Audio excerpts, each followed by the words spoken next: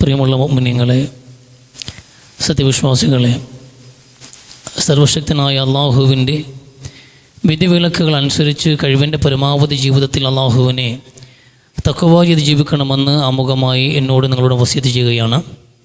അള്ളാഹു സുബ്ഹാനഹു വ തആല മുത്തഖീങ്ങളായി ജീവിക്കാനും മുസ്ലിമീങ്ങളായി മരിക്കാനുമുള്ള നല്ല തൗഫീഖ് നമുക്കെല്ലാവർക്കും നൽകി അനുഗ്രഹിക്കട്ടെ. പ്രിയമുള്ളവരെ, ഇറ്റാലിയൻ സാഹിത്യകാരനായ ബൊക്കാച്ചിയോ അദ്ദേഹത്തിൻ്റെ കൃതിയിൽ ദാർശനികനായ ഡയോജനീസും അലക്സാണ്ടർ ദി ഗ്രേറ്റും തമ്മിലുള്ളൊരു സംഭാഷണം എഴുതുന്നുണ്ട്. ലോകം മുഴുവൻ വലിയൊരു സാമ്രാജ്യം കെട്ടിപ്പടുത്ത, ലോകത്തെ ഏറ്റവും വലിയൊരു പ്രവിശ്യ അധികാരത്തിന് കീഴിൽ കൊണ്ടുവന്നിട്ടുള്ള ഒരു ചക്രവർത്തിയായിട്ടാണ് അലക്സാണ്ടർ ദി ഗ്രേറ്റ് അറിയപ്പെടുന്നത്. അയാളുടെ പടയോട്ടത്തിനിടയിൽ ഡയോജനീസ് അദ്ദേഹത്തോട് നടത്തുന്ന സംഭാഷണത്തിൽ അദ്ദേഹം ചോദിക്കുന്നുണ്ട്, അടുത്ത എന്താണ് നിങ്ങളുടെ ലക്ഷ്യമെന്ന്. അയാൾ പറയുന്നുണ്ട്, അടുത്തത് ഏതൻസ് കീഴടക്കുക എന്നുള്ളതാണ് എൻ്റെ ലക്ഷ്യമെന്ന്. അത് കഴിഞ്ഞാൽ പിന്നെ എന്താണ് അടുത്ത നിങ്ങളുടെ ടാർഗറ്റ് എന്ന്. അത് കഴിഞ്ഞാൽ പിന്നെ പേർഷ്യ പിടിച്ചടക്കണം. പേർഷ്യയും കഴിഞ്ഞാൽ പിന്നെ എന്താണ് നിങ്ങളുടെ ഉദ്ദേശമെന്ന്. അത് കഴിഞ്ഞാൽ എനിക്ക് ഈജിപ്റ്റ് കീഴടക്കണം. അത് കഴിഞ്ഞാൽ പിന്നെ എന്താണ് നിങ്ങൾ ഉദ്ദേശിക്കുന്നത് എന്ന്. അത് കഴിഞ്ഞതുപോലെ ഓരോ രാജ്യങ്ങളായി ഒന്നൊന്നായി ലോകം മുഴുവനും എൻ്റെ അധികാരത്തിന് കീഴിൽ കൊണ്ടുവരണം. അത് കഴിഞ്ഞ് നിങ്ങൾ എന്താണ് ഉദ്ദേശിക്കുന്നത്. അത് കഴിഞ്ഞ് എനിക്ക് സ്വസ്ഥമായി സുഖമായി ഒന്ന് വിശ്രമിക്കണം എന്നയാൾ മറുപടി പറയുമ്പോൾ, നിങ്ങൾക്ക് സ്വസ്ഥമായി സമാധാനത്തോടെ വിശ്രമിക്കാനാണെങ്കിൽ ഇത്രയേറെ യുദ്ധങ്ങളുടെ ആവശ്യമില്ലല്ലോ. ഇപ്പോഴും നിങ്ങൾക്ക് സന്തോഷത്തോടെ ആഘോഷത്തോടെ ഒരു ജീവിതം നയിക്കാനും സ്വസ്ഥമായി ജീവിക്കാനും ഉള്ളതുണ്ടല്ലോ. പിന്നെന്തിനാണ് ഇത്രയേറെ കുരുതികൾ, ഇത്രയേറെ യുദ്ധങ്ങൾ എന്നൊരു ചോദ്യം ഉന്നയിക്കുന്നുണ്ട്. അതിന് മറുപടി ഉണ്ടായിരുന്നില്ല അലക്സാണ്ടറിന് മുമ്പിൽ.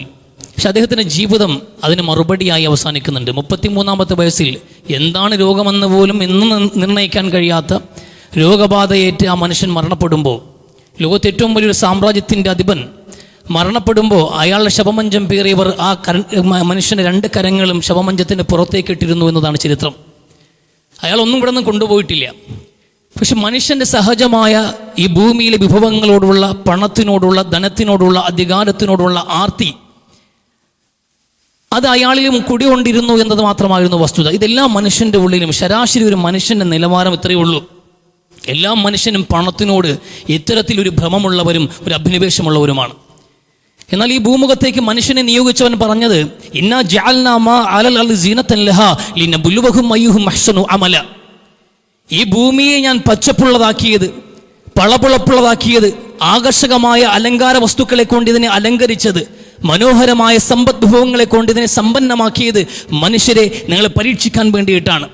നിങ്ങളിൽ നിന്ന് ഏറ്റവും നന്നായി പ്രവർത്തിക്കുന്നവർ ആരാണ് എന്ന്, നിങ്ങളുടെ പ്രവർത്തന മേഖലയിൽ നിങ്ങൾ ഏറ്റവും ശോഭിക്കുന്നവർ ആരാണ് എന്ന്, ഈ ദുനിയാവിൻ്റെ പളപളപ്പിലും ഇതിൻ്റെ പച്ചപ്പിലും വഞ്ചിതരാകാതെ പടച്ചവൻ മുന്നോട്ട് വെച്ച ജീവിതത്തെ ലക്ഷ്യപൂർണ്ണമായൊരു മാർഗത്തിലൂടെ മുന്നോട്ട് കൊണ്ടുപോകുന്നവർ ആരാണെന്ന് പരീക്ഷിക്കാൻ വേണ്ടിയിട്ടാണ് എന്ന് വിശുദ്ധ ഖുർആനിലൂടെ അല്ലാഹു സുബ്ഹാനഹു വ തആല പറയുന്നുണ്ട്.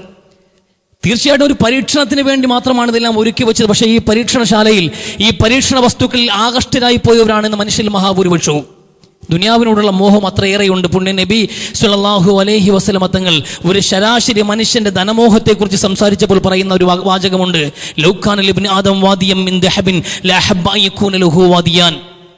ഒരു മനുഷ്യൻ ഒരു മല മുഴുവൻ സ്വർണ്ണമാക്കി നൽകിയാലും അയാൾ ആഗ്രഹിക്കുക 2 മല കൂടി സ്വർണ്ണമായി കിട്ടിയെങ്കിൽ എന്നായിരിക്കുമെന്ന് റസൂൽ സ്വല്ലല്ലാഹു അലൈഹി വസല്ലം. ഒരു കുന്നിൻ്റെ വലിപ്പത്തിന് സ്വർണത്തിൻ്റെ ഒരു കൂമ്പാരം ഒരു മനുഷ്യന് കിട്ടിയാൽ, ഈ ലോകത്തെ ഏറ്റവും വിലപിടിപ്പുള്ള ലോഹമാണ് സ്വർണം. ഇന്നൊരു കൈവെള്ളയിൽ ഒതുങ്ങുന്ന സ്വർണത്തിന് പോലും വലിയ വിലയുള്ളത് കൊണ്ടാണ് അത് ഇവിടെ നിന്ന് എയർപോർട്ട് വഴി കടത്തിക്കൊണ്ടുവരാൻ വേണ്ടി ജീവൻ പോലും പണയപ്പെടുത്തി അതിസാഹസങ്ങൾ ഇവിടെ എന്ത് ചെയ്യുന്നത്, സ്വർണ്ണക്കള്ളക്കടത്തുകാർ കാണിക്കുന്നത്. എങ്ങനെയെങ്കിലും ഏത് റിസ്ക് എടുത്തിട്ടാണെങ്കിലും ഇതെങ്ങനെയെങ്കിലും ഏതെങ്കിലും വിധത്തിൽ അവൻ്റെ രഹസ്യഭാഗങ്ങളിൽ പോലും ഒളിപ്പിച്ചു വെച്ചുകൊണ്ട്, മലദ്വാരത്തിനകത്ത് പോലും ഒളിപ്പിച്ചു വെച്ചുകൊണ്ട് മനുഷ്യർ ഈ സ്വർണവും കടത്തി ഇവിടെ വരുന്നത്, ജീവൻ പണയം വെച്ച് വരുന്നത് അതിൻ്റെ മൂല്യം മനസ്സിലാക്കിയിട്ട്.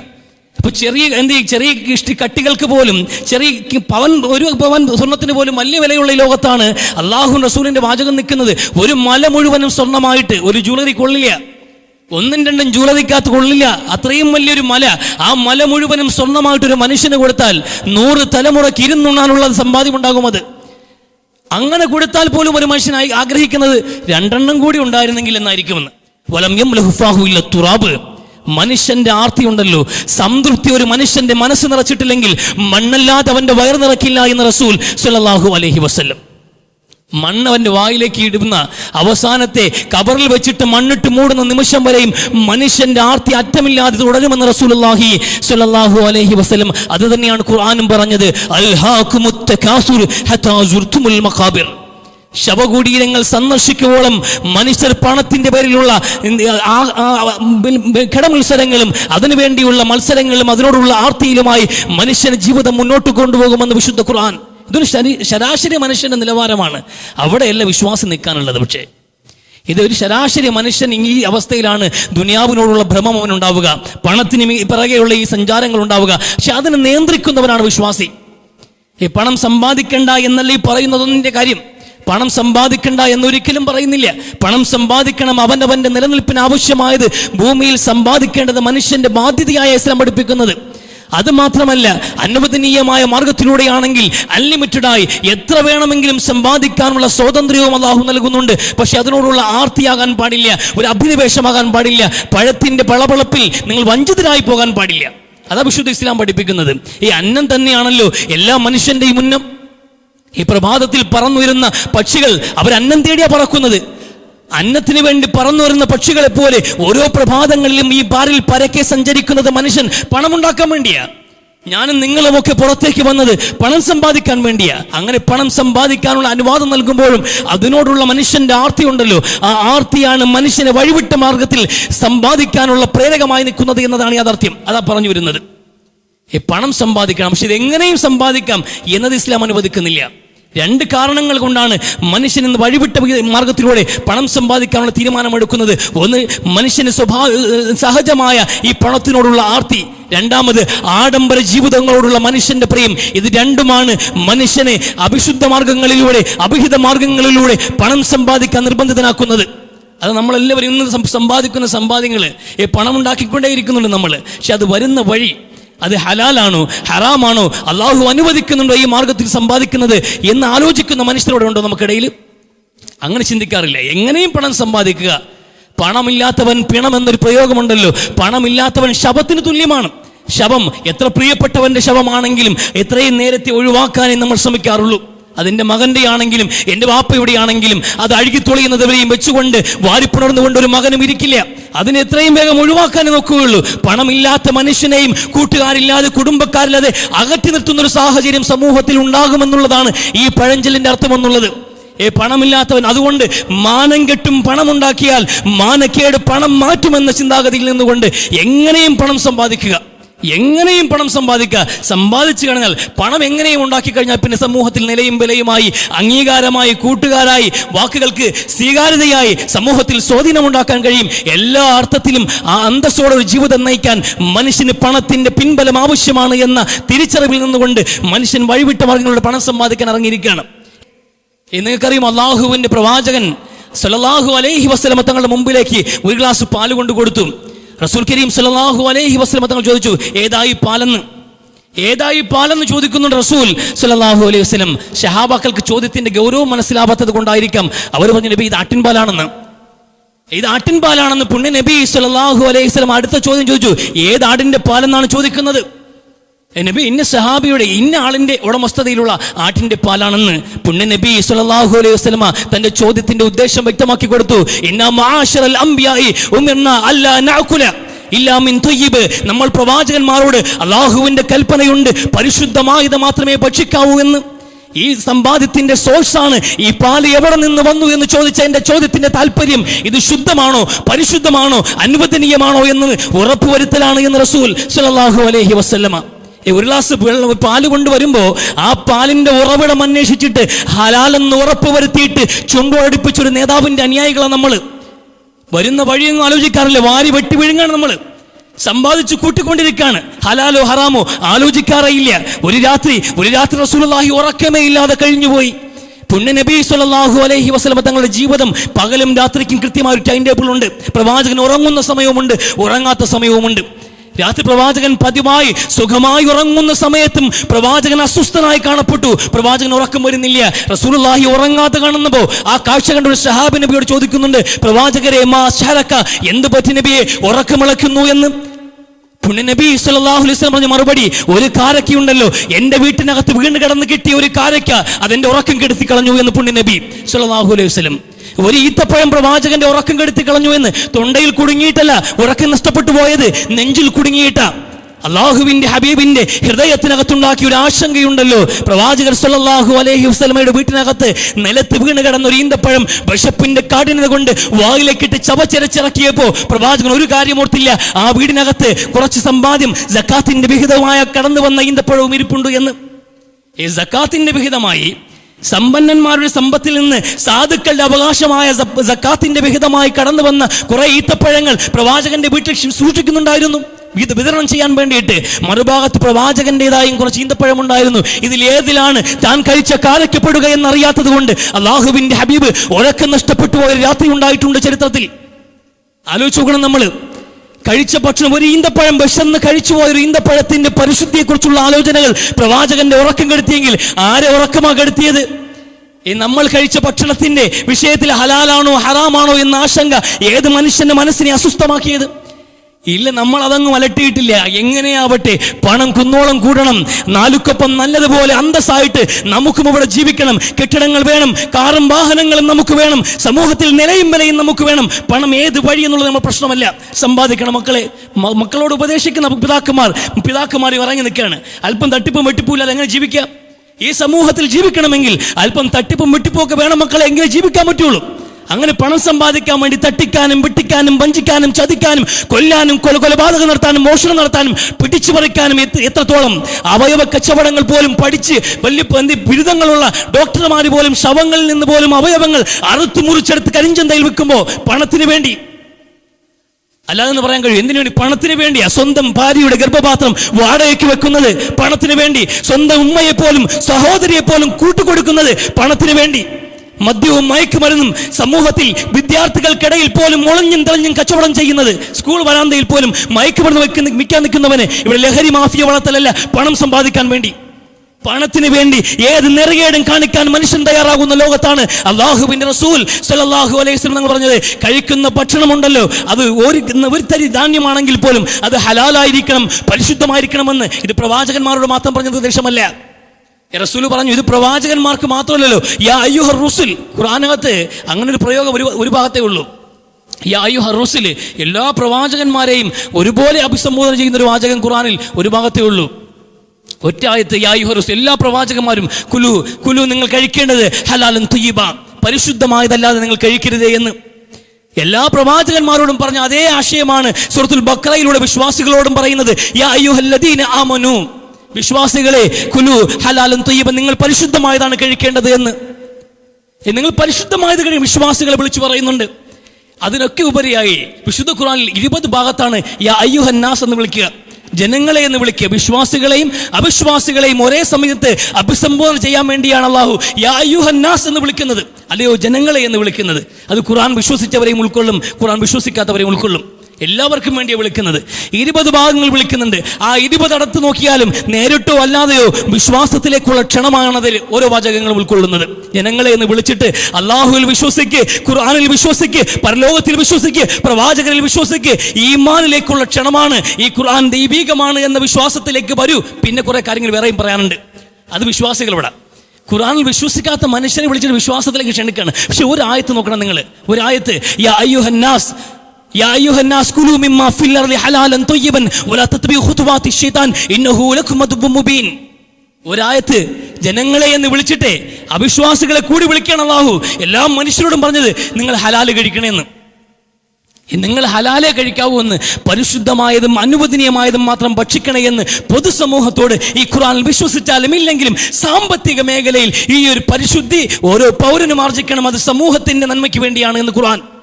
നിങ്ങൾ ആലോചിച്ച് നോക്കണം, മനുഷ്യരെല്ലാവരെയും വിളിച്ചിട്ട് ഹലാൽ കഴിക്കാൻ പറയാണ്. ഇപ്പൊ ഹലാൽ എന്താണെന്ന് പോലും മനസ്സിലാവാത്ത ആൾക്കാർ ഹലാൽ ജിഹാദ് എന്ന് പറയുന്ന ആൾക്കാരാ.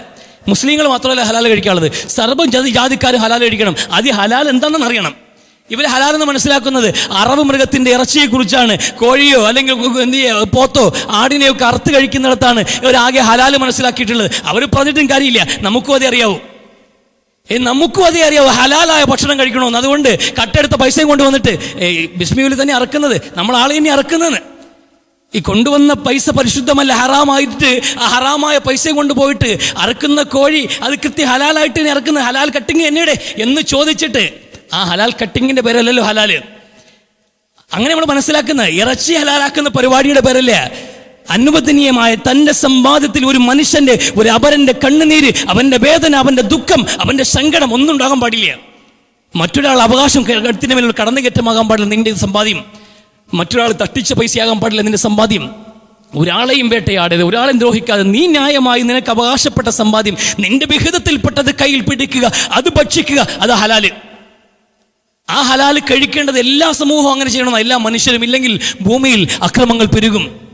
ഇന്ന് ലോകവ്യാപകമായി നിൽക്കുന്ന എല്ലാ അക്രമങ്ങളുടെയും മൂല കാരണം എന്താ? പണം തന്നെയാണ്.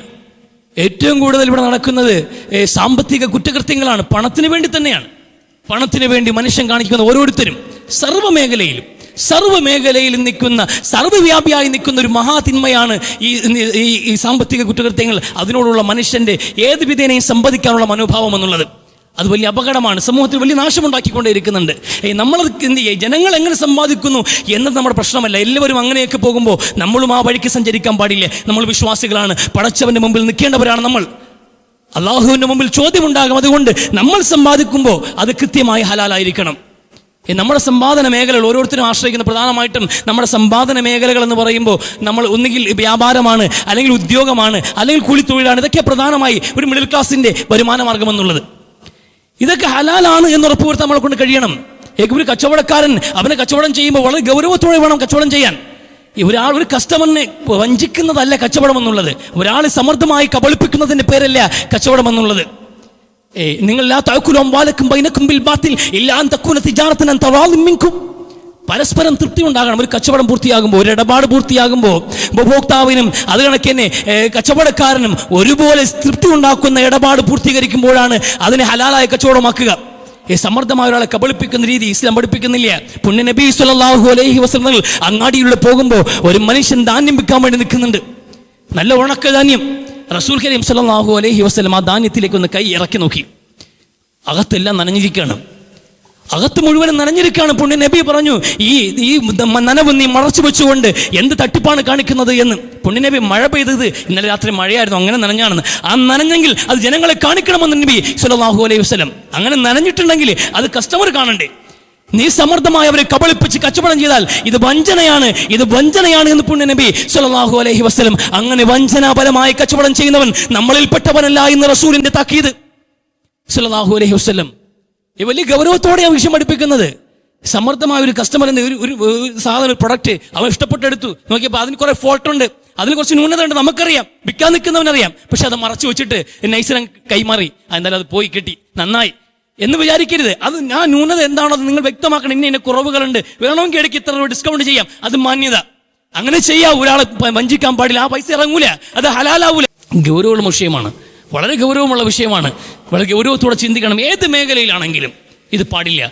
ഇന്ന് തട്ടിപ്പും വെട്ടിപ്പൊക്കെ ലാഭത്തിന് വേണ്ടിയിട്ട് അളവ് തൂക്കങ്ങൾ വെട്ടിപ്പ് കാണിക്കുന്നവർ ആലോചിച്ചു. വിശുദ്ധ ഖുർആനിൽ ഒരു അധ്യായത്തിന്റെ പേര് മുത്തഫിഫീൻ എന്ന്, അളവ് തൂക്കങ്ങളിൽ വെട്ടിപ്പ് കാണിക്കുന്നവരെ കുറിച്ച് സംസാരിക്കാൻ ഒരു അധ്യായം. ആലോചിച്ചു ഖുർആൻ എത്ര വ്യാപകമായാണ് സമൂഹത്തിന്റെ ജീവിതത്തിലേക്ക് ഇറങ്ങി വന്നിട്ട് സംസാരിക്കുന്നത് എന്ന്. ഇത്ര ഗൗരവത്തോടെ സംസാരിക്കുന്നത്. വൈലുലിൽ മുത്തഫിഫീന അല്ലദീന ഇദക്താലു അലന്നാസി യസ്തൗഫൂൻ വഇദാ കാലൂഹും ഔ വസനുഹും യഖ്സിറൂൻ. ജനങ്ങൾക്ക് അളന്ന് വിൽക്കുമ്പോൾ ത്രാസുകൾ വെട്ടിപ്പ് കാണിക്കുന്ന ആൾക്കാരുണ്ടല്ലോ, അവർക്ക് നാശമെന്ന് വിശുദ്ധ ഖുർആൻ. നമുക്കിടയിൽ ഇപ്പോഴും ഉണ്ട്. ഈ ത്രാസിൽ എന്താ പടി ഇരിക്കാതെ നമ്മൾ കച്ചവടക്കാരൊക്കെ ഉണ്ട്, ചാലയിൽ അടക്കം കച്ചവടം ഉണ്ടാവണമല്ലോ. നമ്മൾ ഈ കിലോ 10 എന്ന് പറഞ്ഞ് കിലോ 30 50 പറഞ്ഞ് നമ്മൾ കച്ചവടം ചെയ്യാനിരിക്കുന്നുണ്ട്. കച്ചവടം വളരെ നല്ല ജോലിയാണ്. പക്ഷേ അത് ചെയ്യുമ്പോൾ ഈ ത്രാസിനകത്ത് എപ്പോഴും പടി വെക്കണമെന്നുള്ളത്, അല്ലെങ്കിൽ വെയിറ്റ് ഇല്ലാതെ നമ്മളെന്താ ത്രാസ് കാണിക്കാത്തത്? പല ആൾക്കാരുടെയും ശ്രദ്ധിക്കാറുണ്ട്. പല ആൾക്കാരും എന്തെങ്കിലും ഒരു വെയിറ്റ് വെച്ചിരിക്കും, സാധനം വെച്ചിട്ടേ പടി മാറ്റുള്ളൂ. അതിൻ്റെ കാര്യം ഒരു കസ്റ്റമറിന് വിശ്വാസം ഉണ്ടാകണേ, അത് സൂചി കറക്റ്റ് നിൽക്കുന്നുവെന്ന്, അത് വെയിറ്റ് ബാലൻസിങ് ആണോ എന്ന്, ആ ത്രാസ് സത്യസന്ധമാണോ എന്ന് ബോധ്യപ്പെടുത്തേണ്ട ബാധ്യതയില്ലേ നിങ്ങൾക്ക്? അത് കൃത്യമായി ബോധ്യപ്പെടുത്തിയിട്ട് വേണം ത്രാസിൽ അളന്നു തൂക്കാൻ. പലരും 100 ഗ്രാമും 50 ഗ്രാമും ഒക്കെ വെട്ടിക്കാൻ വേണ്ടിയിട്ട് കാണിക്കുന്ന തട്ടിപ്പുകൾ ഒരുപാടുണ്ട്. പാക്കറ്റുകൾ വിൽക്കുന്ന ആൾക്കാർ 1 കിലോ വെളിച്ചെണ്ണ. നമ്മൾ ഇന്ന് സ്വാഭാവിക എല്ലാവരും കച്ചവടക്കാരാണ്. ഒരുപാട് വ്യാപകമായി ഹോൾസെയിൽ രംഗത്തൊക്കെ ഒരുപാട് പ്രവർത്തിക്കുന്ന ആൾക്കാരാണ്. മാവ് 5 കിലോ മാവ്, 250 ഗ്രാം മഞ്ഞപ്പൊടി, അതൊക്കെ നമ്മളിപ്പോൾ എല്ലാവരും മെല്ലിൽ പൊടിച്ചിട്ട് പാക്കറ്റ് ചെയ്ത് ഇവിടെയാണ്. അതിലെവിടെ 30 ഗ്രാം പോയത്? 30 ഗ്രാം ആരെ കൊണ്ടുപോയത്? ആ 30 ഗ്രാമിന്റെ ലാഭം നിങ്ങൾ കബളിപ്പിക്കുമ്പോൾ അങ്ങനെയാണെങ്കിൽ അങ്ങനെ എഴുതണം, അത്രേ ഉള്ളൂ എന്ന്. ഇതൊക്കെ വഞ്ചനയാണ് കച്ചവടത്തിൽ കാണിക്കുന്നത്, ലാഭത്തിന് വേണ്ടി. ഇതൊന്നും അള്ളാഹുവിന്റെ മുമ്പിൽ വിലപ്പോവില്ല. നിങ്ങൾക്ക് ഒരു വിധത്തിൽ ന്യായീകരിക്കാൻ കഴിയില്ല. ഹറാമ് തന്നെയാണ് ഭക്ഷിക്കുന്നത്, ഒരു തടസ്സവുമില്ല. എന്തൊക്കെ മാർഗങ്ങളാണ് കാണിക്കുന്നത്, എന്തൊക്കെ മാലിന്യങ്ങളാണ് വാരിക്കൂട്ടുന്നത്. ഓരോ ഉൽപ്പന്നങ്ങൾ തിളക്കം കൂട്ടാൻ വേണ്ടി, രുചി കൂട്ടാൻ വേണ്ടിയിട്ട് ബേക്കറി ഉൽപ്പന്നങ്ങൾ ഉണ്ടാക്കുന്നവർ, എണ്ണ തീരാതിരിക്കാൻ വേണ്ടി കൃത്രിമം ഡീസൽ അടക്കം എണ്ണയാക്കി വിറ്റിട്ട് ചിപ്സ് ഉണ്ടാക്കുന്ന ആൾക്കാർ, തമിഴ്നാട്ടിൽ നിന്ന് റേഷനരി എടുത്തിട്ട് പാമോയിൽ ചേർത്ത് ചവിട്ടിക്കൂട്ടിയിട്ട് ജയാരി എന്ന് പറഞ്ഞ് പാക്ക് ചെയ്ത് വിൽക്കുന്ന ആൾക്കാർ. അങ്ങനെ എത്ര മാത്രം ഭക്ഷണം കഴിച്ചിട്ടാണ് ഇന്ന് ഏറ്റവും കൂടുതൽ ലോക മനുഷ്യനുണ്ടാവുന്നത്. ഭക്ഷണം കഴിച്ചിട്ട് രോഗം ഉണ്ടാവുന്നത്, മുമ്പൊന്നും ഇല്ലാത്ത രോഗം. ഏറ്റവും കൂടുതൽ ആൾക്കാർ ക്യാൻസർ രോഗികളായി കാണപ്പെടുന്നതിന്റെ കാര്യം ഭക്ഷണമാണ്. ഈ മായം കാണിക്കുന്നതിന്റെ പേരിൽ, ലാഭത്തിന് വേണ്ടി മായം കാണിക്കുന്നതിന്റെ പേരിൽ കിഡ്നി ഫെയിലിയറുകൾ ഇന്ന് സാർവത്രികമായി മാറിയിട്ടുണ്ട്. മനുഷ്യൻ 2 എണ്ണം വെച്ചിട്ട് 1 അധികമാണെന്ന ഒരു 20 കൊല്ലം മുമ്പ് സംസാരിച്ചുകൊണ്ടിരുന്നത്. 1ന്റെ ആവശ്യമില്ലായിരുന്നു എന്ന്. ഇപ്പൊ 2 അടിച്ചു പോയിട്ടേ ഡയാലിസിസ് ചെയ്ത് മനുഷ്യൻ എത്ര കാലം ജീവിക്കും? എങ്ങനെ ഉണ്ടായത് ഈ അസുഖം? നമ്മുടെ ഭക്ഷണമാണ്. ഈ ഭക്ഷണത്തിൽ കുട്ടികൾക്ക് ബേബി ഫുഡിൽ പോലും മായം കാണിച്ചിട്ട് ലാഭമുണ്ടാക്കുന്ന നെറുകെട്ട മനോഭാവമുള്ള മനുഷ്യർ. മൃഗങ്ങൾ എത്രയോ അന്തസ്സുണ്ട് ഇതിനേക്കാളും. മൃഗങ്ങൾക്ക് മനുഷ്യൻ പണത്തിനോട് ഇത്രയും മനുഷ്യന്റെ ആർത്തി ഇത്രമേൽ വ്യാപകമായി സമൂഹത്തിൽ നാശമുണ്ടാക്കുമ്പോൾ അതിൻ്റെ ഒരു ഭാഗമാകാൻ വിശ്വാസിക്ക് അനുവാദമില്ല കേട്ടോ. നാട് എങ്ങനെ ഓടിയാലും ശരി തന്നെ, നടുവേ അങ്ങ് ഓടാൻ നിൽക്കില്ല. നിങ്ങൾക്ക് ഇസ്ലാം പഠിപ്പിച്ചൊരു വട്ടമുണ്ട്, ഒരു വൃത്തത്തിനകത്ത് നിന്നുകൊണ്ടല്ലാതെ നിങ്ങൾക്ക് ഓടാൻ അനുവാദമില്ല. അങ്ങനെയുള്ള ഒരു തരികട കാണിച്ച് നിൽക്കാൻ സമ്മതിക്കില്ല വിശുദ്ധ ഇസ്ലാം. അതുകൊണ്ട് കച്ചവടത്തിന്റെ ഏത് മേഖലയാണ് നിങ്ങൾ സത്യസന്ധത പുലർത്തണം. ഒരു കസ്റ്റമറെ എന്നൊരു വാചകം അറിയുമോ നിങ്ങൾക്ക്? പുണ്യ നബി സല്ലല്ലാഹു അലൈഹി വസല്ലം പറഞ്ഞ വാചകമാണ്. സത്യസന്ധതയോടെ കച്ചവടം ചെയ്യുന്ന ഒരു മനുഷ്യനുണ്ടല്ലോ, ഗുണകാംക്ഷിയോടെ കച്ചവടം ചെയ്യുന്ന ഒരു മനുഷ്യനുണ്ടല്ലോ, അവൻ രക്തസാക്ഷികളും സിദ്ദീഖീങ്ങൾക്കും ഒപ്പമാണ് എന്ന് റസൂൽ സല്ലല്ലാഹു അലൈഹി വസല്ലം. എവിടെ? പരലോകത്ത്. അയാൾ വലിയൊരു സർവീസാണ് ചെയ്യുന്നത്, വലിയൊരു സർവീസ് തന്നെയാണ് അയാളും ചെയ്യുന്നത്. സത്യസന്ധത പുലർത്തിക്കൊണ്ട് കച്ചവടം ചെയ്യുന്ന ഒരു മനുഷ്യന് അള്ളാഹു റസൂൽ പറഞ്ഞ സ്ഥാനമാണ്. ആരാ? സിദ്ദീഖീങ്ങൾ എന്ന് പറഞ്ഞാൽ പ്രവാചകന്മാർ കഴിഞ്ഞാൽ ഏറ്റവും ശ്രേഷ്ഠരായ ആ സമൂഹത്തിനെ പൊതുവിൽ പറയുന്ന പേരാ സിദ്ദീഖീങ്ങൾ. ആ സിദ്ദീഖീങ്ങൾക്കും ശുഹദാക്കൾക്കും ഒപ്പമാണ് ഒരു കച്ചവടക്കാരൻ പരലോകത്ത് നിൽക്കുക എന്ന് പറയുമ്പോൾ എത്ര വലിയ അംഗീകാരമാണോ അത്. അതിന് സത്യസന്ധത കാണിക്കണം നമ്മൾ. അത് കണക്കിന് ഉദ്യോഗസ്ഥരും അതിന് കൂലിത്തൊഴിലാളികളുമൊക്കെ ഒരു ശമ്പളത്തിന് പണിയെടുക്കുന്ന ആൾക്കാരാ. നമ്മൾ ശമ്പളത്തിന് ജോലി എടുക്കുന്ന ആൾക്കാരാ. ഈ ശമ്പളം ഹലാലാവേണ്ടി നമുക്ക്. നമ്മൾ സമയമാണ് നമ്മൾ എന്ത് ചെയ്യുക, സമയത്തിന് നമുക്ക് ശമ്പളം. 10 മണി മുതൽ 5 മണി വരെ ജോലി പറഞ്ഞൊരു ഉദ്യോഗസ്ഥൻ ഒരു സർക്കാർ ഓഫീസിലേക്ക് കടന്നു ചെന്ന് കഴിഞ്ഞാൽ ലഞ്ച് ബ്രേക്കും ടീ ബ്രേക്കും കഴിഞ്ഞ ബാക്കി മുഴുവൻ സമയവും നിന്റെ ജോലിയുടെ ഭാഗമാണ്. അവിടെ മൊബൈൽ കുത്തിയിരിക്കാൻ വാദമില്ല നിനക്ക്. കൂട്ടുകാരെ ഫോൺ വിളിച്ച് സൊല്ലാനുള്ള സമയമല്ലത്. അത് കണക്കിന് നാട്ടുകാരും കൂട്ടുകാരും വരുമ്പോൾ പിടിച്ചിരുത്തി സൊല്ലാനുള്ള സമയമല്ലത്. ജനങ്ങൾക്ക് വേണ്ടി ജോലി ചെയ്യാൻ വേണ്ടി നിയമിക്കപ്പെട്ടവൻ അതിൻ്റെ പേരിൽ ശമ്പളം കൈപ്പറ്റുന്നുണ്ടെങ്കിൽ ആ ശമ്പളം ഹലാലാക്കാനുള്ള പണിയെടുത്തിരിക്കണം. ഇല്ലെങ്കിൽ ആ ശമ്പളം ഹറാമ് തന്നെയാണ്. ഉദ്യോഗസ്ഥരെ മനസ്സിലാക്കുക, ഗൗരവത്തോടെ മനസ്സിലാക്കുക. സർക്കാർ സ്ഥാപനങ്ങൾക്ക് ജോലി ചെയ്യുന്ന ആൾക്കാരുണ്ട്, അവർ നന്നായി മനസ്സിലാക്കി ജനങ്ങളെ സേവിക്കാൻ വേണ്ടിയിട്ട് കൃത്യമായ ഒരു സമയം നിങ്ങളിൽ നിന്ന് എടുക്കുമ്പോൾ ആ സമയത്തിന് കൃത്യമായി ശമ്പളം പൊതുജനങ്ങളുടെ നികുതി പണത്തിൽ നിന്ന് നിങ്ങൾക്ക് നിശ്ചയിച്ചിട്ടാണ് നിങ്ങൾ നിയമിക്കുന്നത്. ആ നിയമിച്ച് നിങ്ങളുടെ മുമ്പിലേക്ക് ഒരു പൗരൻ കടന്നു വരുമ്പോൾ അവൻ ഇരിക്കാൻ കസേര ഇട്ടിട്ട് ആ കസേരയ്ക്ക് ക്ഷണിക്കേണ്ടത് പോലും നിങ്ങളുടെ ബാധ്യതയാണ്. സർക്കാർ ഓഫീസ് ക്ഷണിക്കാറില്ല, കസേരയൊക്കെ ഉണ്ടാവും. ഒരാളുടെ മുമ്പിലേക്ക് ഓഫീസിലേക്ക് ചെല്ലുമ്പോഴത്തേക്കും അവിടെ നമ്മളാണ് ഇരിക്കുന്നതെങ്കിൽ തീർച്ചയായിട്ടും വരുന്നവൻ്റെ വലിപ്പമല്ല, ഏത് മനുഷ്യനാണെങ്കിലും ആ കസേര അവൻ്റെ അവകാശമാണ്. അതിലേക്ക് ഇൻവൈറ്റ് ചെയ്യുക എന്നുള്ളത് നിങ്ങളുടെ ബാധ്യതയാണ്. നിങ്ങളുടെ ഓഫീസല്ലേ, നിങ്ങളാണല്ലോ ക്ഷണിക്കുക. അവിടെ വിളിച്ചിരുത്തിയിട്ട് ആ മനുഷ്യൻ്റെ ആവശ്യം ചോദിച്ചറിഞ്ഞിട്ട് അത് പഠിച്ച് മനസ്സിലാക്കിയിട്ട് അതിന് തീർപ്പുണ്ടാക്കുക എന്നുള്ളത് നിങ്ങളുടെ ബാധ്യതയാണ്. ഇത് വളരെ നൈസ് പരിപാടിയാണ്, മുഖത്തോട് നോക്കൂല. അങ്ങനെ എന്തോ എടുത്ത് മർക്കിങ് കണക്കാൻ ഇരിക്കും സർക്കാർ ഓഫീസിൽ. എന്നിട്ട് അടുത്ത ആഴ്ച വരാൻ ഒരു മനുഷ്യന്റെ ജീവിതത്തെ ഒരാഴ്ച പുറകോട്ടടിക്കുന്ന സമ്പ്രദായം. പല ആഴ്ചകൾ 4-5 പേജോ ഒന്ന് മറിച്ച് 3-4 മിനിറ്റ് ഒന്ന് പഠിച്ച് പിന്നെ 2-3 ഒപ്പോ അല്ലെങ്കിൽ ഒരു ഒപ്പോ ഒരു സീലും അടിച്ചിട്ട് ഒരു മനുഷ്യന്റെ ജീവിതത്തിന്റെ അടുത്ത ഘട്ടത്തിലേക്ക് പറഞ്ഞു വിടേണ്ട ഉത്തരവാദിത്തമുള്ളവർ അതിൽ വീഴ്ച വരുത്തി ആഴ്ചകളും മാസങ്ങളും പൗരന്മാരെ നടത്തുമ്പോൾ ഈ നടത്തത്തുണ്ടോ? ഇത് കുറ്റകൃത്യമാണ്. പടച്ചവന്റെ മുമ്പിൽ ഇത് ക്രൈമാണ്. നിങ്ങൾ കഴിക്കുന്ന ഭക്ഷണം നിങ്ങൾക്ക് ഹലാലാവില്ല. അത് കണക്കിന് കൂലിപ്പണിക്കാർ അവൻ പൈസക്കാരനല്ലേ എന്ന് അല്ല ഒരു 40 കട്ടയും കണ്ട് കെട്ടിയ തീരാവുന്ന പ്രോബ്ലമേ ഉള്ളൂ. 40 കട്ട ഒന്ന് വെച്ചൊന്ന് കിട്ടുക എന്ന് പറയുമ്പോൾ ഒരു ദിവസം കൊണ്ട് ചെയ്യാനുള്ള പണി. ഇവൻ നല്ല പൂത്ത കാശാണ്, ഇവൻ എന്ത് ചെയ്യാം, നമുക്കൊന്ന് കിടത്താമെന്ന് പറഞ്ഞിട്ട് 2 ദിവസത്തെ പണിയുണ്ട് കേട്ടോ. 2 ദിവസം പണിയാണ്. ഒരു ദിവസം കൊണ്ട് പണി തീർത്ത് 1000 രൂപ ശമ്പളത്തിനുള്ള പണി 2 ദിവസത്തേക്ക് നീട്ടി 2000 രൂപ സമ്പാദിച്ചാൽ 1000 ഹറാമുന്യ. അതും തയ്ക്കൂലോ, അതും തയ്ക്കൂല. ചെറിയ കാര്യമില്ല ഇത്. ഈ സാമ്പത്തിക രംഗത്ത് നമ്മൾ അന്യായമായി സമ്പാദിക്കുന്ന സമ്പാദ്യത്തിന്റെ സാധ്യതകളുടെ ചില ഉദാഹരണങ്ങൾ മാത്രമായി പറഞ്ഞത്. തൃപ്തിയില്ലാത്ത കച്ചവടങ്ങൾ പാടില്ല. 100 രൂപയ്ക്ക് സാധനം മേടിച്ചിട്ട് ബാക്കി 5 രൂപ കൊടുക്കായില്ല, 5 മുട്ടായി എടുത്തങ്ങ് വെക്കുകയാണ്. അവർക്ക് തൃപ്തിയാണെങ്കിൽ മാത്രമേ ആ ഇടപാട് പൂർത്തിയാവൂ. ഇല്ലെങ്കിൽ തൃപ്തിയില്ലാതെയാണ് നിങ്ങൾ അടിച്ചേൽപ്പിക്കുന്നതെങ്കിൽ 5 രൂപയുടെ ബാധ്യത നിങ്ങളുടെ മുമ്പിലുണ്ടാകും. ചില ആൾക്കാർ പറയും, ആ 2 രൂപ ഉണ്ടേ ബാലൻസ്, അടുത്തവണ തരാമെന്ന് 2 രൂപയുടെ ബാലൻസ് ഉണ്ട്, പിന്നെ തരാമെന്ന് ചില ആൾക്കാർ വാങ്ങിച്ചിട്ടാണ് പറയുക. അടുത്ത ആഴ്ച വരുമ്പോൾ 2 രൂപ ആരും ചോദിക്കില്ല. 2 രൂപ ചോദിക്കില്ല. ബസ്സിൽ കണ്ടക്ടറായിട്ട് ജോലി ചെയ്യുന്ന ആൾക്കാരുണ്ട്, 2 രൂപ ഉണ്ട് കേട്ടോ പിന്നെ തരാമെന്ന്.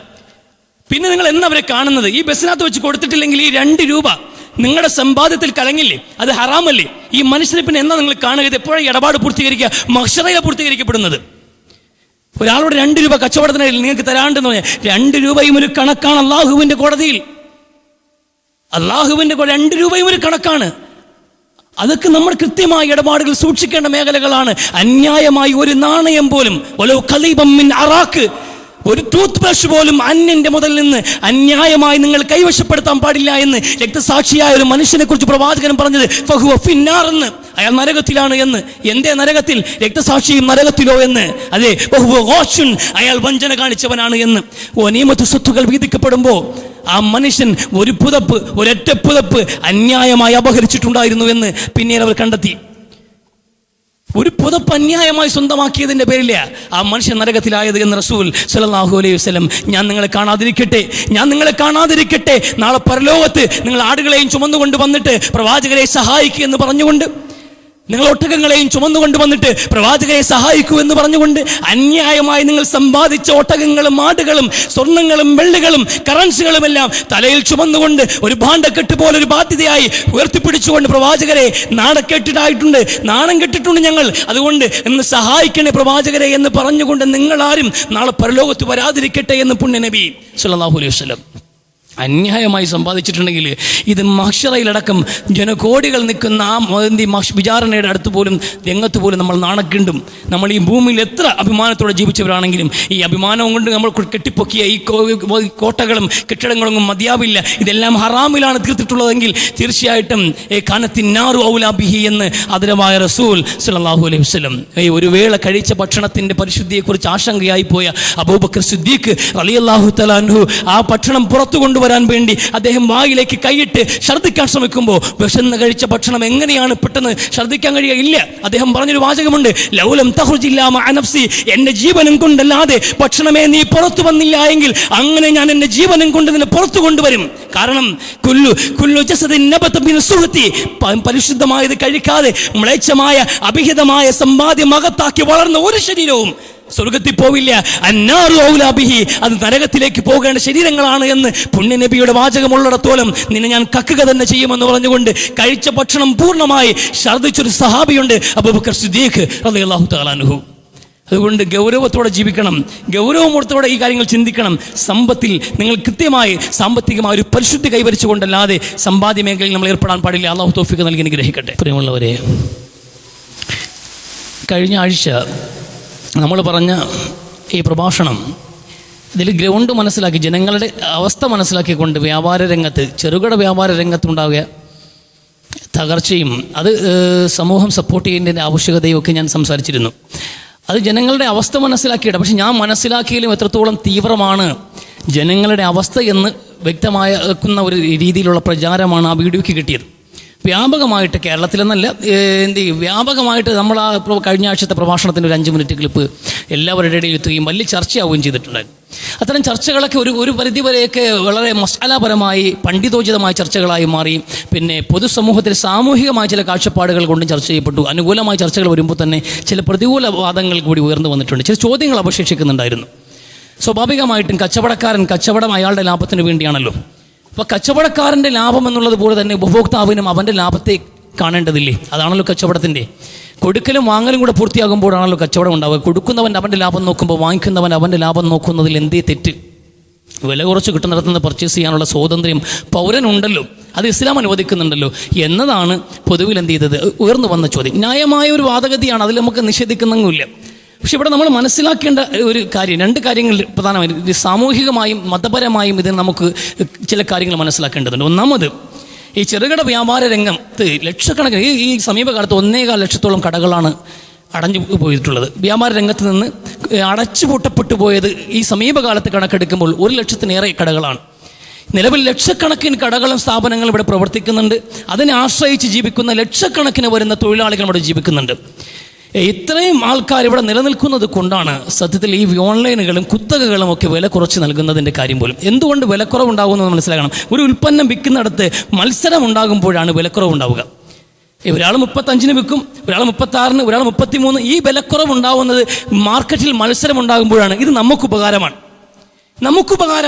പക്ഷേ ഈ ചെറുകിട വ്യാപാരങ്ങൾ നിലനിൽക്കുന്നിടത്ത് പഞ്ചസാര 36 രൂപയ്ക്കാണ് ഒരു ചെറുകിട വ്യാപാരി വിൽക്കുന്നത് എങ്കിൽ ഓൺലൈൻകാരൻ അത് കുറച്ച് കാണിക്കേണ്ടി വരും. 33 രൂപയ്ക്ക് തരാം എന്നവൻ പറയേണ്ടി വരും. നിങ്ങൾ ആ 3 രൂപ ലാഭത്തിന് അയാളുടെ അടുക്കലേക്ക് പോകുമ്പോൾ തകർന്നു പോകുന്ന ചെറുകിട വ്യാപാര മേഖലയാണ്. അവർ തകർന്നു പോയി കഴിഞ്ഞാൽ ഉണ്ടാകുന്ന ഭവിഷ്യത്തുകൾ പറയാം. അവരങ്ങനെ തകർന്നു പോയാൽ സ്വാഭാവികമായിട്ടും കുത്തകകളിലേക്ക് ഇത് കേന്ദ്രീകരിക്കപ്പെടും, കോർപ്പറേറ്റുകളിലേക്ക് ഇത് കേന്ദ്രീകരിക്കപ്പെടും. അങ്ങനെ കേന്ദ്രീകരിക്കപ്പെട്ടു കഴിഞ്ഞാൽ പിന്നെ അവർ നിർണ്ണയിക്കുന്ന വിലയ്ക്ക് നമ്മൾ മേടിക്കേണ്ടി വരും. 100 രൂപയാണ് എന്ന് പറഞ്ഞാൽ, കാരണം വേറെ വിൽക്കാനില്ല, മത്സരമില്ല. അങ്ങനെ മത്സരമുണ്ട് എങ്കിൽ തീർച്ചയായിട്ടും എന്ത് ചെയ്യും? ഇവർ കുറച്ചുകൊണ്ടേയിരിക്കും. അല്ലാതെ നന്മയാണ് ഇവർ ഉദ്ദേശിക്കുന്നതെങ്കിൽ പെട്രോൾ എന്തുകൊണ്ട് വില കുറയ്ക്കുന്നില്ല? പെട്രോൾ കച്ചവടം കോർപ്പറേറ്റുകൾ മാത്രം കൈകാര്യം ചെയ്യുന്ന മേഖലയാണ്. 3, 4, 5 കമ്പനിക്കാരെ അതിൽ എന്ത് ചെയ്യുന്നുള്ളൂ, ഇവിടെ കച്ചവടം ചെയ്യുന്നുള്ളൂ. എനിക്ക് കൂടുതൽ കച്ചവടം വേണം, ഞാൻ 2 രൂപ കുറച്ച് പെട്രോൾ വിൽക്കാൻ പോകുന്നു എന്നൊരുത്ത മത്സരിക്കാൻ വന്നാൽ തീർച്ചയായിട്ടും ആരോഗ്യപരമായ മത്സരം ഉണ്ടായാൽ നമുക്ക് നേട്ടമല്ലേ? കുറഞ്ഞു കിട്ടൂലേ വില? ഇല്ല. ഇത് കോർപ്പറേറ്റുകൾ, അവർക്കിടയിൽ ഒരു അണ്ടർസ്റ്റാൻഡിംഗ് ഉണ്ട്, അവർക്കിടയിൽ ധാരണയുണ്ട്, വില കുറയ്ക്കില്ല അവർ. ഇപ്പോൾ അവർ കുറച്ച് നൽകുന്നത്, ഇവിടുത്തെ വമ്പന്മാരും ഭീമന്മാരായ കുത്തക മുതലാളിമാർ ഇവിടെ കുറച്ച് നൽകുന്നതിൻ്റെ കാരണം ചെറുകിട വ്യാപാര രംഗത്ത് നിൽക്കുന്നവരെ തകർക്കുക എന്ന ഉന്നത്തിലാണ്. നമ്മൾ അവരെ സഹായിക്കാൻ നിൽക്കുകയാണ്. അപ്പോൾ ഇവർ വീഴും. ഈ ഒരു സമൂഹം ഒന്നടങ്കം വീഴുമ്പോൾ അവർ പറയുന്ന വിലയ്ക്ക് നമ്മൾ മേടിക്കേണ്ടി വരും. ഈ ചെറുകിട വ്യാപാര സംഘങ്ങളും അതോടൊപ്പം തന്നെ പൊതുമേഖലാ സ്ഥാപനങ്ങളുമൊക്കെ ഈ സ്വകാര്യ കുത്തകകൾ ഏറ്റെടുക്കുമ്പോൾ ഉണ്ടാകുന്ന ഭവിഷ്യത്തുകൾ മനസ്സിലാക്കണം. അതിൽ 1-2 ഉദാഹരണങ്ങൾ ഒന്നാണ് ഈ പെട്രോളുമായി ബന്ധപ്പെട്ടത്. അതുപോലെ ഇപ്പോൾ എന്ത് ചെയ്യുക, ഇന്ത്യയുടെ വിമാനങ്ങളുമായി ബന്ധപ്പെട്ടത്, എയർപോർട്ടുകളുമായി ബന്ധപ്പെട്ടത്. ഇവിടെ എയർപോർട്ടുകളെ കുത്തകകൾ ഏൽപ്പിച്ചപ്പോൾ അവർ പറയുന്ന റേറ്റിന് നമ്മൾ പോകണം. വേറെ ഇളവും കൊണ്ടാവാൻ പോകുന്നില്ല, അവർ പറയുന്നതാണ് റേറ്റ്. അവർ മാർക്കറ്റിൽ ഒരു സന്ദർഭം അനുസരിച്ച് അവർ വിലയിടും. ഹജ്ജിനും ഉംറയ്ക്കും ഒക്കെ പോകുമ്പോൾ സീസൺ ആകുമ്പോൾ അവർ വിലയിടും, അത് കൊടുക്കേണ്ടി വരും നമ്മൾ. അപ്പോൾ മത്സരം ഉണ്ടെങ്കിൽ എന്തേ ഉള്ളൂ, അല്പമൊക്കെ ആശ്വാസം നമുക്കുണ്ടാവുള്ളൂ. അത് നിലനിൽക്കണമെങ്കിൽ ചെറുകിട വ്യാപാര രംഗത്ത് ഈ സമൂഹം ഇവിടെ നിലനിൽക്കണം. ആ നിലനിൽപ്പിനെ പ്രോത്സാഹിപ്പിക്കുക. രണ്ടാമത്, ഈ കുത്തക മുതലാളിമാരെ സഹായിക്കാൻ വേണ്ടി മാത്രമാണ് ഭരണകൂടം ബഡ്ജറ്റ് വന്നല്ലോ. ബഡ്ജറ്റ് വന്നപ്പോഴും 5% വിദേശ കുത്തകകൾക്ക്, വൈദേശിക മുതലാളിമാർക്ക് അവർ ടാക്സിൽ ഇളവ് വരുത്തിയിട്ടുണ്ട്. അവർക്ക് സാധനം ഇറക്കി ഇന്ത്യയിൽ വിൽക്കാനുള്ള 5% ഇറക്കുമതിയിൽ ഇളവ് വരുത്തുമ്പോൾ അവരെ സഹായിക്കുക എന്നുള്ളത് ഇവർക്ക് ബാധ്യതയാണ്. ഇലക്ഷൻ നടത്താനും പാർട്ടി ഫണ്ടിലേക്കും സ്വകാര്യമായി പാരിതോഷികങ്ങളായിട്ടും രാഷ്ട്രീയക്കാർ വാങ്ങിച്ചു കൂട്ടുന്നതിന്റെ പ്രതിബദ്ധതയുണ്ടല്ലോ, ചോറിന് നന്ദി അവർ കാണിക്കാൻ ബാധ്യസ്ഥരാണ്. ആ കോർപ്പറേറ്റുകളെ സഹായിക്കാൻ നമ്മളുമോ? നമ്മളും അതിനുവേണ്ടി മത്സരം 10 പൈസയ്ക്ക് ലാഭത്തിന് വേണ്ടിയിട്ട് ഈ കുത്തകകളെ. ഈ രാജ്യത്തിന്റെ ഏറ്റവും വലിയ പ്രശ്നം എന്താണെന്ന് അറിയുമോ? ഇവിടുത്തെ ദരിദ്രനും സമ്പന്നനും തമ്മിലുള്ള അന്തരമാണ്. ഈ രാജ്യത്തിന്റെ സമ്പത്തിന്റെ 70%-ഓളം 10% വരുന്ന അതിസമ്പന്നന്മാർ കയ്യിൽ വെച്ചിരിക്കുന്നു എന്നതാണ് ഈ രാജ്യത്തിന്റെ പ്രശ്നം. ആ സമ്പന്നനെ തീറ്റിപ്പോറ്റാൻ വേണ്ടിയിട്ടാണോ നമ്മൾ ഈ മത്സരിക്കുന്നത്? നമ്മുടെ നാട്ടിൽ ഈ ചെറുകിടക്കാർ നശിക്കുമ്പോൾ ലക്ഷക്കണക്കിന് ആൾക്കാർ തൊഴിലില്ലാതെ പുറത്തു വരും. രണ്ടാമത്തെ പ്രശ്നം അതാ. ഇത്രയും ആൾക്കാർ എങ്ങനെ നമ്മൾ താങ്ങും? ഇവർക്ക് എവിടെ ബദല് കൊടുക്കുക? എന്ത് തൊഴിൽ കൊടുക്കും? ഓൾറെഡി തൊഴിലില്ല ഇവിടെ. അത് സമൂഹത്തിലുണ്ടാവുന്ന നാശവും, പിടിച്ചുപറി, കൊലപാതകങ്ങൾ. പിടിച്ചു നിൽക്കണ്ടേ? മനുഷ്യൻ ജീവിക്കണ്ടേ? ആളെ കൊല്ലേണ്ടി വരും. കൊട്ടേഷൻ പണിക്ക് ആൾ കൂടും. ചെവിയെടുക്കാനും കാതെടുക്കാനും കഴുത്തി കിടക്കുന്ന പിടിച്ചു പറിക്കാനും കള്ളന്മാരിറങ്ങും. അന്തസ്സുള്ള കള്ളന്മാരെ ജനിപ്പിച്ചപ്പോഴെങ്കിലും ജീവിതത്തിൽ പണ്ട് മുതലേ ഗുണ്ടകളായവരല്ല, ഇനി നിലനിൽക്കാൻ വേണ്ടിയിട്ട് പിടിച്ചു പറിക്കാൻ വേണ്ടി ഇറങ്ങും ആൾക്കാർ. അതിനെങ്ങും കഴിയാത്ത ആൾക്കാർ ആത്മഹത്യകൾ വർദ്ധിക്കും. ഇവിടെ മാനസിക രോഗികളുടെ എണ്ണം വർദ്ധിക്കും. ഇവിടെ ഈ നാശം നമ്മൾ ക്ഷണിച്ചു വരുത്താൻ പാടില്ല. ഒരു സമൂഹത്തിന് നിലനിർത്തേണ്ട ബാധ്യതയുണ്ട്. ഇതൊരു സാമൂഹ്യ നന്മയാണ്. അതാ പറഞ്ഞു വരുന്നത്. ഒരു ഭാഗം സാമൂഹികമായി ചിന്തിക്കുമ്പോൾ അതിൽ ഇങ്ങനൊരു നന്മയുടെ വശമുണ്ട്. മതപരമായി നോക്കുമ്പോൾ ഇതിലൊക്കെ ഈ മതപരമായി കച്ചവടത്തിൽ ലാഭം തന്നെയാണ് മുഖ്യം എന്നുള്ളത് മതത്തിൻ്റെയും ഒരു നോക്കാണ്. ആ കാശിയാണ് ഇസ്ലാമിനുമുള്ളത്. പക്ഷെ അവിടെ ഒരു വാചകം നമ്മൾ മനസ്സിലാക്കുന്ന കാര്യം, അല്ലാഹുവിന്റെ റസൂൽ പറഞ്ഞ വാചകമുണ്ട്, റഹിമല്ലാഹു റജുലൻ സുംഹ ഇദാ ബഅ വഇദശ്തറ വഇദഖതല. ഒരു മനുഷ്യൻ കച്ചവടം ചെയ്യുമ്പോഴും വാങ്ങിക്കുമ്പോഴും അതോടൊപ്പം തന്നെ കടം വീട്ടുമ്പോഴും വിശാലത കാണിക്കുന്ന വ്യക്തിക്ക് അള്ളാഹുവിന് കരുണ ഉണ്ടാകട്ടെ എന്ന് പുണ്യ നബി സല്ലല്ലാഹു അലൈഹി വസല്ലം. ഒരാൾ വിൽക്കണം, 1 കിലോ പഞ്ചസാര ഒരാൾ ചോദിച്ചു, ഒരു 5 ഗ്രാം കൂടുതൽ ഇട്ട് കൊടുത്തു. അള്ളാഹുവിൻ്റെ കരുണയുണ്ട് ആ 5 ഗ്രാമിൽ. അധികം കൊടുക്കുക എന്നുള്ളൊരു പരിപാടി ഉണ്ടല്ലോ.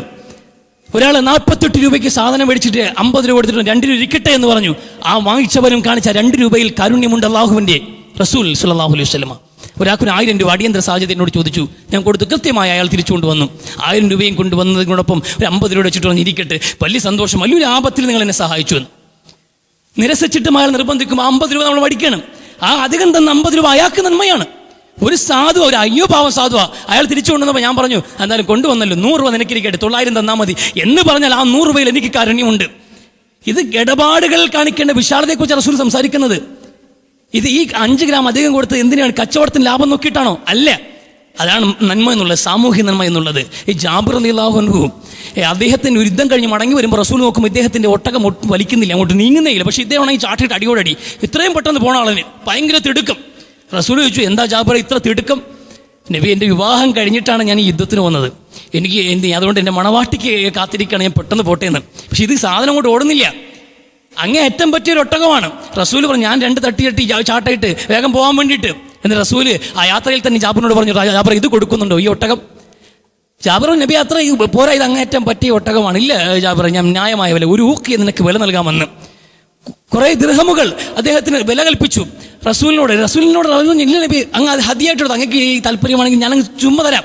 അതങ്ങ് വേണ്ട, കച്ചവടമാണ് എനിക്ക് ഉദ്ദേശം. അതുകൊണ്ട് ഒരു ഊക്കിയെ വില കൊടുത്തിട്ട് ആ ഒട്ടകം വാങ്ങിച്ചു. അദ്ദേഹത്തിന് വലിയ ആശ്വാസമായി. കാരണം വിവാഹം കഴിഞ്ഞതേ ഉള്ളൂ. ആ വിവാഹം കഴിഞ്ഞപ്പോഴും അദ്ദേഹം ഓടിപ്പോകുന്നതിൻ്റെ കാര്യം, 7 പെൺകുട്ടികളെ അനാഥരാക്കിയിട്ടാണ് അദ്ദേഹത്തിൻ്റെ പിതാവ് ഉഹുദിൽ മരിക്കുന്നത്. തന്നെക്കാലം ചെറിയ 7 പെൺകുട്ടികൾ. ആ പെൺകുട്ടികളെ വളർത്താൻ വേണ്ടിയിട്ട് ഒരു വിധവയായ പ്രായമുള്ള ഒരു സ്ത്രീയാണ് അദ്ദേഹം വിവാഹം കഴിക്കുന്നത്. അത് റസൂലിനോട് പറയും, നബിയെ, വിധവയെ വിവാഹം കഴിച്ചത്, എൻ്റെ അനിയത്തിമാരെ നോക്കണമല്ലോ, ഉമ്മയില്ല വാപ്പയില്ല, ആ പെൺകുട്ടികളെ നോക്കാൻ വേണ്ടിയിട്ട് ഒരു വിധവയെ വിവാഹം കഴിച്ചു എന്ന്. കുടുംബത്തിന് വലിയ ബാധ്യതയുണ്ട്. ആ പൈസയും കൊണ്ട് അദ്ദേഹം വീട്ടിലെത്തിയപ്പോൾ ഒട്ടകവും വീട്ടിലെത്തി. ഒരാൾ കൊണ്ട് ഒട്ടകത്തെ കൊണ്ട് കെട്ടി. ഇത് നബിക്ക് ഞാൻ വിറ്റ ഒട്ടകമാണെന്ന്, നബിക്ക് വിറ്റ ഒട്ടകമാണ് എന്ന്. ഇല്ല നബി, ഇതിവിടെ കെട്ടാൻ പറഞ്ഞു എന്ന് മറുപടി പറഞ്ഞ് വന്നയാൾ മടങ്ങിപ്പോയി. നബിക്ക് ഒട്ടകത്തിൻ്റെ ആവശ്യം ഉണ്ടായിരുന്നില്ല. പക്ഷേ ജാബിറിന് പൈസയുടെ ആവശ്യം ഉണ്ടായിരുന്നു എന്ന് നബിക്ക് മനസ്സിലായി. ഈ കച്ചവടത്തിൽ എന്ത് ലാഭം നബിക്കുള്ളത്? പണവും ഇല്ല, ഉൽപ്പന്നവുമില്ല, രണ്ടും എന്ത് ചെയ്തിട്ടുണ്ട്? ജാബിറിനെ ഏൽപ്പിച്ചു. ജാബിറിന് ഇത് കൊടുത്ത വേറെ വാഹനവുമില്ല. ഇങ്ങനെ ചിന്തിക്കുന്ന ഒരു പ്രവാചകന്റെ അനുയായികളാണ് നമ്മൾ. നമുക്കൊപ്പം ജീവിക്കുന്നവർ, നമ്മുടെ ചുറ്റും 40 വീട്ടുകാരുണ്ട്, അവർ നമ്മുടെ അയൽക്കാരാണ് എന്ന് നമ്മൾ കണക്കാക്കുമ്പോൾ അവർ ഭക്ഷിച്ചോ എന്ന് നോക്കേണ്ട നമ്മുടെ ബാധ്യതയല്ലേ? അവരെ ഭക്ഷണ മേഖലയിൽ ഹെൽപ്പ് ചെയ്യണം നമ്മുടെ ബാധ്യതയല്ലേ? എല്ലാം ദാനമെന്നല്ലല്ലോ. അവൻ കച്ചവടം ചെയ്ത് ജീവിക്കുകയാണ്, അപ്പോൾ അവൻ്റെ ഞാൻ മേടിക്കാം. പക്ഷെ നമ്മൾ മാക്കില്ല. അയൽക്കാരൻ, കൊച്ചാപ്പായുടെ മകൻ, കൂട്ടുകാരൻ, കൂടപ്പറപ്പ് കച്ചവടം ചെയ്ത് ജീവിക്കാതിരിക്കുമ്പോൾ നമ്മൾ പോയി മാക്കില്ല. പൈസയ്ക്ക് കുറവുണ്ടെങ്കിൽ പോയി വാങ്ങിക്കും. ഒരു 5000 രൂപ അളിയാ, ഒരു 5000 രൂപ അല്ലെ, 5000 കൂടി ഒരു 3000 തരാന്ന്. എവിടെ എന്താ ആവശ്യമെന്ന് അളിയാ ലുലുവിൽ പോയി സാധനങ്ങൾ പർച്ചേസ് ചെയ്യാനെന്ന്. അവൻ്റെ കടയിൽ നിന്ന് പെട്ടി വീണ പൈസ കൂടി എടുത്തിട്ട് അവിടെ നിന്ന് പോലും സാധനം മേടിക്കാതെ ഇപ്പുറത്ത് മാളിലേക്ക് ഇറങ്ങി കോർപ്പറേറ്റിൻ്റെ കുത്തകയുടെ മുമ്പിൽ പോയി നിൽക്കാൻ വേണ്ടിയിട്ട് അവൻ്റെ നിന്ന് കടം വാക്കുന്ന മനസാക്ഷിയില്ലാത്തൊരു സമൂഹമായി നമ്മൾ മാറിയിട്ടുണ്ട്. ചിന്തിക്കണം. വികാരങ്ങളല്ല മനുഷ്യനെ നിയന്ത്രിക്കേണ്ടത്, വിവേകമാണ്. ആലോചിച്ച് ജീവിക്കുക. അല്ലാഹു തൗഫീഖ് നൽകി അനുഗ്രഹിക്കട്ടെ. അല്ലാഹു മഗ്ഫിറുൽ മുഅ്മിനീന വൽ മുഅ്മിനാത്ത് വൽ മുസ്ലിമീന വൽ മുസ്ലിമാത്ത്. റബ്ബനാ ആതിനാ ഫിദ് ദുനിയ ഹസന വഫിൽ ആഖിറതി ഹസനത വഖിനാ അദാബന്നാർ. റബ്ബനാ റബ്ബി തമ്മിം ബിൽ ഖൈരി വശ് ശഅദ. ആമീൻ برحمتك يا ارحم الراحمين.